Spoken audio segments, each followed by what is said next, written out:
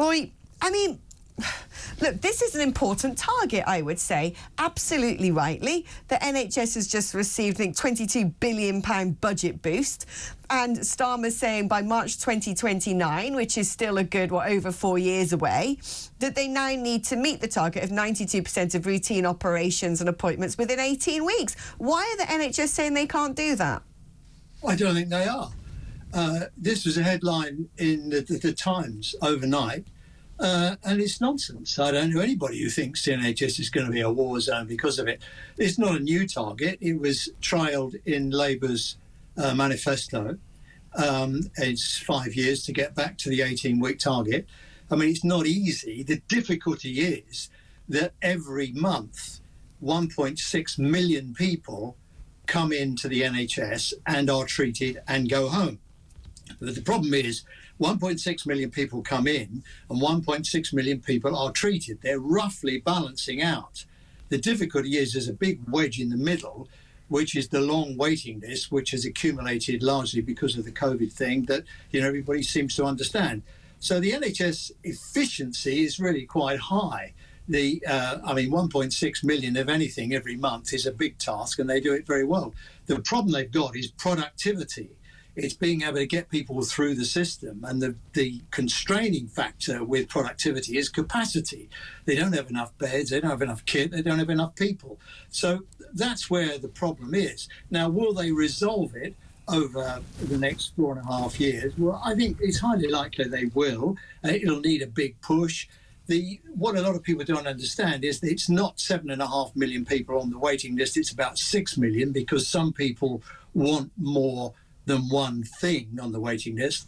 The other issue is this: because of the way, it's a complicated mathematical sum, but because of the way Q theory works, the NHS can do the 18-week target with about 3.5 million people on the waiting list. So if 3.5 million people are waiting, the 18-week flow works in the system. So fundamentally, they've got nearly 5 years to do a blitz on the 4 million people to get it down to the 3.5 million. And I think that's possible. I mean, it does mean that we don't want any stupid reorganisation from Wes Streeting. It does mean that we don't want a disastrous winter. And it does mean we don't want any more strikes.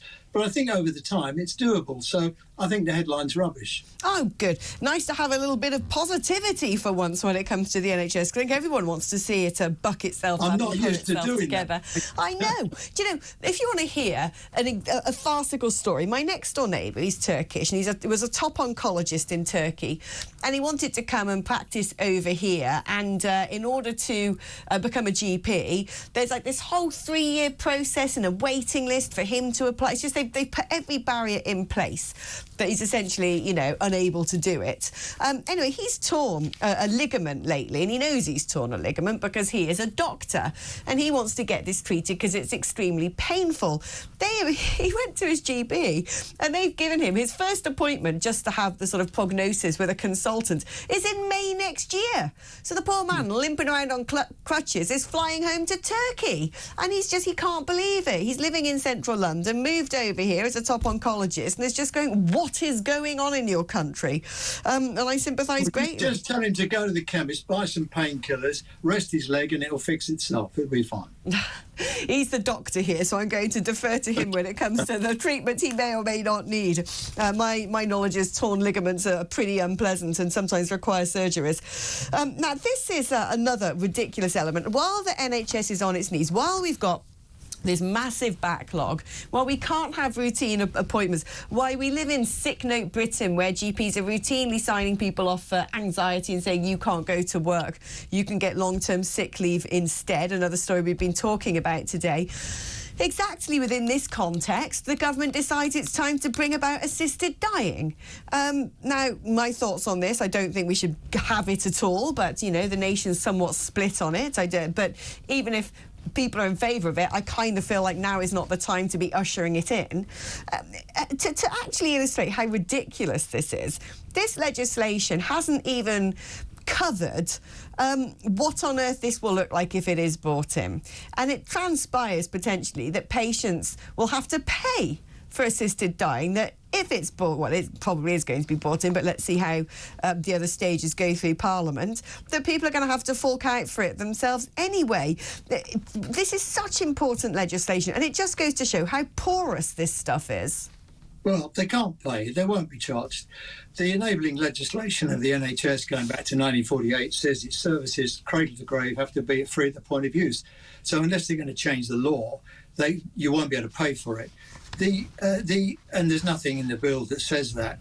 The issue in the bill for me is who is going to do it. Not in as much as will it be under the auspices of the NHS, which I think it will be. But it's, do we want it done in hospitals? Will hospices want to do it? Because a lot of them have some kind of religious connotation. They're supplied by a church, a Catholic church, that kind of thing. Will the charities want to do it? Because it will remain controversial for some time.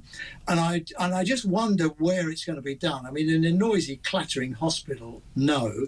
The bill is actually silent on where it's to be done. It says that it can be done at home, and it says also the doctor has to be near but not present in the room. So it could be done in people's homes. But on the other hand, if you look at what's happening in other countries, and particularly we're all very familiar with Dignitas in Switzerland, it's done in a domestic style setting where people travel to it. My guess is it will probably be done predominantly in people's homes, but if people are hospitalised, well, are we going to sort of cart them off somewhere else? I mean, we already take them to hospices. Some hospitals do have hospices in their grounds and some have hospice-style wards. But I think where it's going to be done is interesting. And the other issue is this. I mean, I can imagine sitting there one day as the chairman of a hospital and there's a knock on the door from the medical director who said, I've just met with the medical committee and none of the doctors want to do this. And, of course, there is no obligation on any of the doctors working in the NHS to take part in this. So they don't have to do it if they don't want to. So I think it's not the what or the how. I think most of that is covered in the bill. If you read it, it's fairly comprehensive. It's the where that I think is the real issue to sort out. I mean, therefore, do you think the likelihood is that it'll be the private sector who essentially take on this task and opportunise and end up basically making profits for helping people kill themselves? No, I don't think so. I think there are not-for-profit organisations and there are charities that might take it on. And if you look at what's happened in other countries, then that's pretty much the way they do it. But I think doing it, I just, looking back on my time in hospital, I'm just trying to think where you would do it. You'd have to take someone off the ward. You could probably make some part of the hospital a more appropriate setting. I mean, let's face it, it's not just the individual that makes this huge decision. It's the family that will be with them, which will be, a colossal impact on them. And looking after the family after this has happened, it will be a big job for somebody with some very specialised training. I mean, we have very good bereavement services now, and we have hospice services, which actually, although people are slating them off, we don't have enough of them, and that's because we don't fund them enough, and they're not fully funded by the government. About a third of their funding comes from government, the rest comes from charitable donations. So we could kind of sort that out. But for me, it's where we do it, that's the next big question. Yeah, I mean, broadly, do you welcome this legislation? I don't welcome it in as much as it's a good thing. I welcome it in as much as it creates choice for people.